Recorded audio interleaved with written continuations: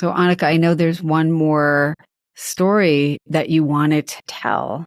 And I'm very interested in hearing it. So, okay. Well, I was thinking how when I was listening to your podcast, how unusual it was really when one think about it, that I left Czechoslovakia in 1967. Nobody, not a mouse got out of Czechoslovakia. People couldn't go to Yugoslavia. You couldn't go to Hungary. Nobody could go anywhere. Yet there was me, 18-year-old, just go, and I said, okay, I'm going to England. I'm going to go out there. My mother found this person and said, you can go to this woman and to take care of children. As it happens, and to everybody's shock, I actually got out. I got a visa. I came to England, and it was originally for 3 months. That's all I got. And it turned out that I wasn't going to take care of children. I was going to work with the most fascinating woman who she believed in organic medicines. She worked with the herbs, and she was a very fascinating woman. She had a little glass that told her about people's feelings. It helped her connect with other people's feelings. She was very, very spiritual. And she would sometimes say to me, you are feeling upset. And I would bear my smile on, and I said, how do you know? Because I would hide when I felt sad. So she was very connected. And so when I thought about it later, what were the odds that I came to somebody who was so spiritual and so very different? And then in February, Alexander Dubček came into a power, and I was able to stay much longer. So it's like calling it a destiny, but I thought it was something that was meant to happen, something beyond normality. And I always thought that my life was kind of, it's not quite normal, if you like, my journey, because at the time it didn't happen to anybody. I wage to say there is very few people who left when I left. A lot of people left in 1968, but nobody left in 1967, which is when I left.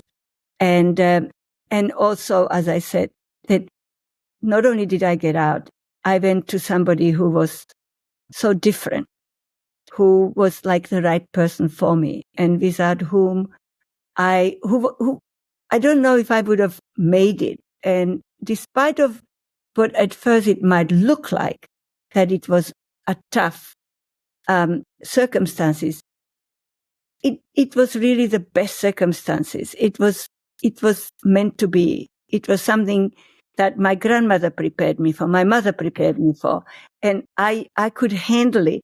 And she continued to carry me on that journey.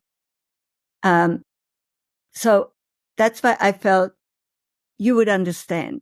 Not many people would, but I knew you would understand that when I tell this story about that it feels fated.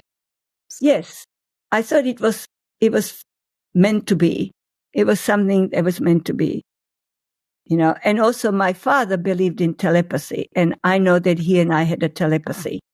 I knew. So interesting. It's when he was in a car accident, I knew. I said to my roommate, my father was in a car accident. And she said, did you have a letter? I said, no, but I know it.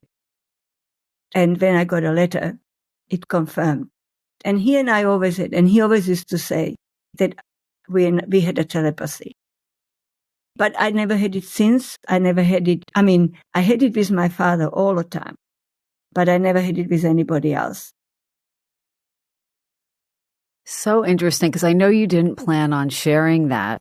And I think, there are many reasons why it's interesting. Again, you're talking to somebody who is very open to that and more open than I have ever been about my own experiences. I'm struck by your two separate things that you said that are bouncing around in my mind. One, that you had these women in your life, these strong older women who were there to help you and guide you, and you internalized their wisdom, and that has stayed with you and helped you at many points in your life when you really needed it. And I'm also struck by how you have become that along your journey for other people. And I actually think the book is another way for you to do that.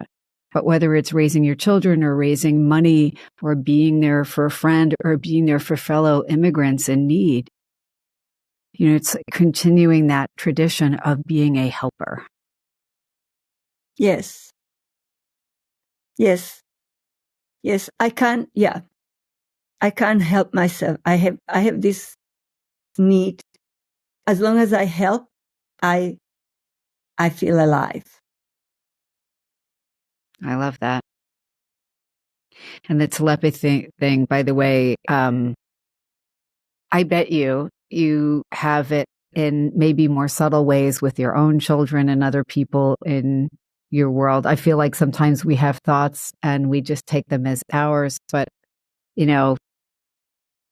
somebody is actually kind of communicating something on some other less obvious level.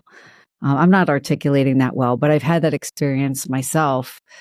And what you're describing, knowing when somebody you love is ill, even though nobody is telling you this, especially then when there's no internet, there's no cell phones, that makes perfect sense. Yes, absolutely. I mean, it's